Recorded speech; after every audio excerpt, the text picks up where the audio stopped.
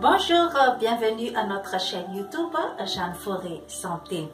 Aujourd'hui, nous allons parler des problèmes entre la belle-mère et la belle-fille. La relation entre la belle-mère et sa bru n'est pas toujours facile et parfois peut se compliquer à la rupture du couple ou à un désordre au niveau de la famille. Nous allons essayer de développer les causes probables de cette relation conflictuelle et la piste de solution possible pour résoudre le problème. Quelles sont les causes possibles de problème entre la belle-mère et la belle-fille? Il est évident que la mère connaît plus son fils que l'épouse. Cela peut entraîner une compétition, un genre de défi entre les deux femmes. La belle-mère s'inquiète pour son fils. Sera-t-elle le rendre heureux? Est-elle à la hauteur de cette relation?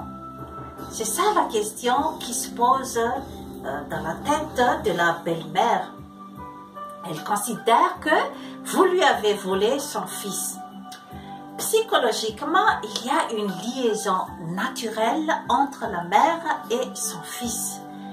Cela s'appelle le complexe d'Oedipe. Il y a une admiration du fils vis-à-vis de sa mère qui reste encore longtemps, même après la résolution du complexe d'Oedipe, c'est-à-dire avant l'âge de 12 ans. Le fils est en admiration avec sa mère et il rêve vraiment, il désire sa mère.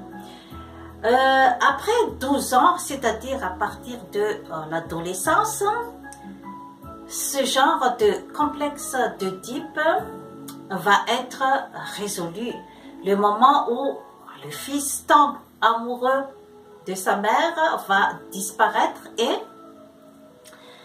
c'est la première déception du fils dans la vie. C'est sa première déception amoureuse, c'est-à-dire le moment où il s'aperçoit qu'il ne peut pas épouser sa mère.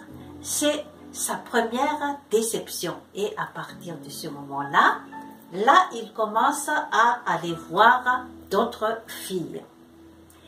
Alors que cet amour ne peut pas s'éteindre d'une minute à l'autre pour le fils et la mère, cette relation, cet amour qui les lie sont toujours là jusqu'à la fin de leur vie, même si il ne s'agit pas d'une relation amoureuse. C'est ça qu'il faut savoir alors pour la relation entre la mère et son fils. La mère a peur de perdre sa place et la bru a peur de ne pas avoir sa place comme épouse number one dans le foyer. Le conflit s'accentue quand le fils ne sait pas balancer l'amour des deux femmes.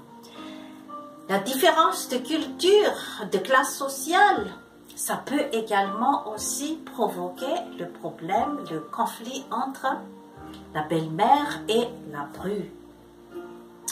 Il y a aussi la belle-mère trop envahissante qui prend trop de place au foyer.